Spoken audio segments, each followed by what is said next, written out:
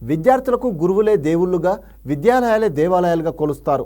కానీ నల్గొండ జిల్లా నకిరికల్ ప్రభుత్వ పాఠశాలలో మౌలిక వసతులు లేక విద్యార్థులు ఉపాధ్యాయులు తీవ్ర ఇబ్బందులు ఎదుర్కొంటున్నారు.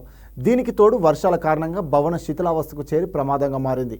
నల్గొండ జిల్లాలోని నకిరికల్ జిల్లా పరిషత్ ఉన్నత పాఠశాలలో 695 మంది విద్యార్థులున్నారు. విద్యార్థుల సంఖ్యలో జిల్లాలో ద్వితీయ స్థానంలో ఉంది. ఒక్కో తరగతికి 3 సెక్షన్లు ఉన్నాయి. 15 తరగతి గదులు అవసరం కాగా ప్రస్తుతం 10 తరగతి గదులు మాత్రమే ఉన్నాయి. ఈ వర్షాలకు గోడలు కూలిపోయేలా ఉన్నాయి. ఇటీవల కురిసిన వర్షాలకు గోడ కూలిపోగా త్రుటిలో ప్రమాదం తప్పింది. శిథిలావస్థకు చేరిన గదులను కూల్చివేయడంతో పాఠశాల షెడ్డులో ఒకే చోట 4 తరగతులు నిర్వహిస్తున్నారు. దీంతో విద్యార్థులు ఉపాధ్యాయులు తీవ్ర అసౌకర్యానికి గురవుతున్నారు. దీంతో పాటు విద్యార్థులకు సరైన మూత్రశాలలు మరుగుదొడ్లు లేకపోవడంతో ఇబ్బందులు పడుతున్నారు. శిథిలావస్థతో అదనపు గదుల నిర్మాణం పునాది దశలోనే నిలిచిపోయింది. విద్యార్థులు నిండుగా ఉన్న పాఠశాలలో గదులు సరిపోవడం లేదని విద్యార్థులు చెబుతున్నారు. గదుల సౌకర్యంతో పారిశుద్ధ వసతి, కంప్యూటర్ ల్యాబ్, కూర్చోవడానికి బెంచీలు అందించాలని విద్యార్థులు కోరుతున్నారు.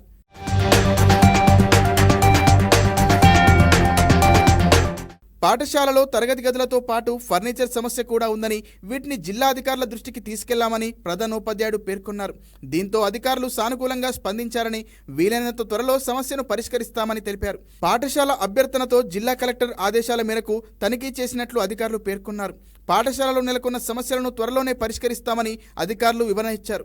695 మంది విద్యార్థులు ఉన్న ఈ పాఠశాలలో సరైన వసతులు కల్పించి నాణ్యమైన విద్యను ఉపాధ్యాయులు అందించేందుకు సహకరించాలని విద్యార్థులు కోరుతున్నారు.